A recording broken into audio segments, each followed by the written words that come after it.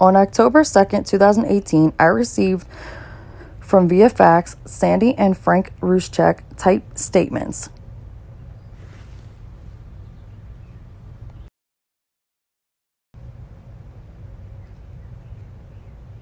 The first page was a typed statement from Frank, which described his perception of how Watts was acting differently during June 21st through June 26th.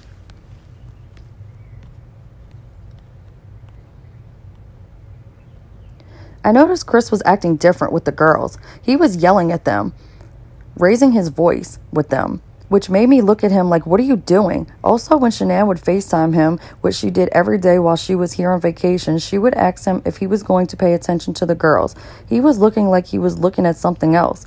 When he came here for the last week of vacation, the girls would not go to him. They would go to mommy, and he didn't like that at all. Like the look on his face, like he was mad at them. I went to the beach with them for the first 3 days, and Celeste would say, that's my truck, talking about Papa's truck. He said that I have a truck too, and she said, but that's my truck, talking about Papa's. The first night he was strange. He came out and lay on the floor in the living room where I was sleeping on the couch. I was watching TV, and when I shut the TV off, he sat up, and I said, what are you doing? He said he had a backache and it would help him. That was strange to me, for him to lie on the floor. Thinking about it, he was acting kind of distant because the girls wanted me more than him. Looked like he didn't care. His mind was somewhere else.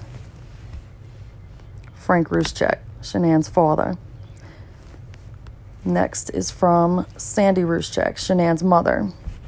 In 2009, Shanann built her house in Charlotte, North Carolina, battling her lupus. Her friend told her about her cousin Chris, saying he is a very nice guy, quiet, etc. So Shanann got a request from him on Facebook. Months later, she called me saying, Mom, I met a nice guy. He is a mechanic. I said, as long as you are happy and he is good to you.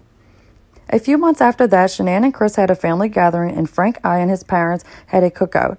They were floored when they saw her house. Shanann was a hard worker and wanted this to eventually sell and make a profit to keep doing, so eventually be mortgage free. She comes from a family of contractors, so Shanann was eager to please his parents, waiting on them hand and foot. When Shanann left the back porch and it was just me and Chris's mom, she leaned over to me and said, Shanann was married before? I said, yes, just like your daughter was. Then a while later again, when we were alone, and she said, I just don't see it. I said, what? She said, I don't feel or see that your daughter loves my son. I knew she was going to be a thorn in the marriage because my mother-in-law was the same way. So every time we had a cookout, his mom and sister were very quiet and distant. We weren't accepted. That they made that known. So forward to the engagement party. Shanann and I shot for food, wine, etc. Spent a lot. Jamie, Chris' sister, wanted all the invitations so she could help. So Shanann told me, Mom, Jamie wants to help send off the invitations. What do you think? She's accepting me. I'm going to let her do it. So his mom and sister prepped food and cross-contaminated everything. So Shanann couldn't eat any of it. Gluten-free, nothing. Everything was made with gluten. So thank God I made lots of food I brought. At least my daughter could eat. So as the night went on, Shanann and I went into the bathroom, and Shanann told me, Mom, I had like 80 invites and only immediate family came. So Shanann called people the next day to learn that they never received an invite. Shanann was devastated. Shanann and Chris were so upset. They knew not to ask again. Then came the wedding. No one from his whole family came, just his grandmother and uncle. No mom, dad, sister, aunts, cousins, no one came. Chris spoiled Shanann and vice versa. They were so in love. They were a great team. They moved to Colorado and lived with Shanann's friend while they were building their house. Everything was great. Shanann saw something on Chris's private parts that didn't look normal. They went to the doctors. I'm assuming it was cancer. So it was removed. She saved his life. Then Shanann got pregnant with Bella Marie. Everyone was so excited and happy. Shanann and Chris were wonderful parents. Chris and Shanann were working at the Ford dealership in Longmont. Shanann was selling cars. Chris was the head mechanic. A great team. Shanann was top sales. Then Bella came. So Shanann stopped working because of a high-risk pregnancy. She was a trooper through the whole thing. Both families seemed happy. Chris's sister never flew to Colorado at any time they were out there.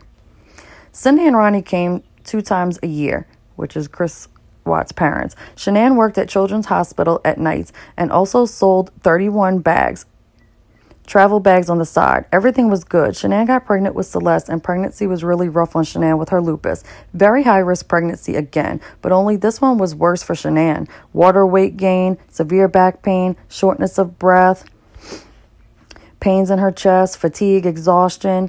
My husband and I sold everything but our house and moved out to live with them to help our daughter in every way we could. Frank and I had to work to pay our bills too. We were there for 15 months. Chris's mom came out to watch the girls for a few days while Shanann and Chris went on a business trip with Lavelle, her company, 4 nights and 5 days. During that time, we weren't allowed to see our grandchildren or even eat dinner with them. As soon as we got home, she, which is Cindy Watts, Chris's mother, brought them upstairs and stayed upstairs. She wouldn't let us hold them or anything. I found that very odd. One day I asked her why. She said, "What the hell am I here for then?" She screamed in my face in front of my granddaughters and said that I was very controlling. I was like, wow. I text Shanann over and over again, and she said, "Relax, Mom. I'll take care of it when we get home." It was ridiculous. I never spoke to Chris's mom again. I had enough. After 15 months, I moved back home. It was hard to leave, but I felt it was for the best. I have been home now 17 months. 17 months later, my whole family is dead. Ugh. My beautiful daughter and beautiful grandchildren, all dead. Everything seemed fine. Our daughter never spoke about anything bad. She did speak to us about bankruptcy, a lot of debt, with all the medical bills. Bella and Celeste were back and forth to doctors, misdiagnosed for 2 years. I told Shanann that they had asthma and that she needed to fire the doctors. One day she went in and the PA was there, and she diagnosed them with asthma. Finally, the girls were doing great, other than earplugs put in, and the girls being very allergic to tree nuts, which would have caused them death. Celeste was born with her esophagus too small. They went in 3 times to enlarge it. Steroids like crazy to help her breathe for 1.5 years or longer, all until they were diagnosed with asthma. Then Shanann with her neck surgery, which was out of pocket $25,000 they owed. So that's why they were in so much debt.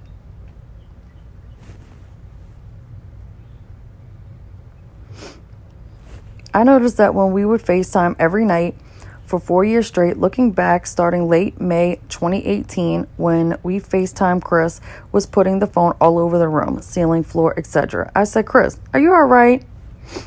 Then he would FaceTime normally. Before Shanann came to North Carolina, Celeste had a rash in her private area, and she went to get a face cloth and some cream. Chris had the phone. I said, "Chris, let me see how bad it is," being that I'm an aide, so I still couldn't see. So I said, "Wait, let me move my screen," because I couldn't see. He put it right on her privates. Oh, I was mad. Shanann wanted to come for 6 weeks this summer so she can introduce the girls to Chris's sister Jamie, who never met Celeste, or Uncle Frankie, our son, before the year started back to school, dance classes, etc. It was the best time was now. We were thrilled. Shanann stayed the week here, then weekends with Chris's parents. The first weekend was great with Chris's dad and family. However, the following weekend was a different story. Saturday was rough for Shanann. She was protecting her children from peanuts in every form. Ice cream, a bowl full of nuts, and open razor blades just lying around the house. Shanann called her father. "Come pick me up now, please," Shanann said. Cindy was trying to give the kids ice cream with peanut chips in it. Shanann asked Cindy, "What kind of ice cream is that?" Cindy said, "Oh, relax. It's just ice cream." Shanann said, "Please, let me read the ingredients." Cindy told my daughter that she was scary. So the girls walked outside to play with Jamie, which is Chris's sister. So after Shanann got done explaining to Cindy how dangerous peanut allergies is to the girls, Cindy ignoring, Shanann went outside. Jamie walked in the kitchen. Jamie walked in. So the girls walked back in, and as Shanann walked in the kitchen, noticed a large bowl of peanuts now sitting on the table that wasn't there 2 minutes before. So Shanann called me and explained everything. She said, "Mom, I'm being double teamed." And I said, "What?" She told me everything. But when she told me about the razor blades, I said, what? She changed the subject really quick because my daughter knows I would have been there and caused a big scene. I love my family. Protection. I said, Dad's on his way. She got home here and was beside herself. I was furious along with her that someone that you trust would try to get a child sick or die feeding them peanuts, razor blades. Shanann told 4 people this. Me, Frank, Sandra, Garanda, and Nikki. She called Chris that night and she was so upset. Chris said he will handle it. So Shanann didn't ever go back again to see them. None of Chris's family came to Cece's birthday party, and Cindy sent Cece's package out to Colorado, which is still there in the box at their house. So Shanann and the girls and us had a wonderful time the rest of the trip here. The rest of their trip. When Chris came here for his week, here and Shanann's 6 weeks here, Shanann picked him up at the airport with girls. They were so excited to see their dad that the set off the alarm for running up to him. Chris spent the day with his parents, and Shanann dropped him off at the nursing home to see his grandma. Shanann and the girls came back here. Chris was acting really weird to Shanann. He didn't have time to speak to her. And then he was going to stay because we had a storm with no street lights not working. Chris's dad brought him back here to our home. Shanann and Chris spoke on our back porch for a few hours about how he has been and the peanut stuff in his mom's house. Chris was distant to Shanann, okay with the girls, okay with us. Shanann was vomiting all night, and Chris didn't get up to see how she was. This was his wife. They left for Myrtle Beach, and Frank went with them for a couple of days. Being that it was our granddaughter's first time at the beach, Frank left them. I came a day and a half later, I guess. The girls and I had a blast. Chris was very quiet, doing his own thing and ignoring Shanann. I said to my daughter, is everything okay? She said, Chris is Chris. So we were at the beach and we went to dinner, and Chris drove Shanann and the girls. No room, so I drove behind them. I was doing 83 miles an hour to catch up with them and texting Shanann, why is he driving like that? Tell him to slow down. I am not in a race to go to dinner. At dinner, Chris left the table quite a few times, very silent. He was ignoring his kids and wife. Cece was being funny, and he walked away again. I left the next day. They came 2 days later. I asked Shanann to stay here with the girls. She said Chris has good insurance for the girls. They went back home to Colorado. I'm devastated. P.S. The only reason Chris got fit was because diabetes runs high in his family, and Shanann wanted him to live forever. That is the saddest thing I've ever heard. Wow. Sandi Rzcuek. My goodness.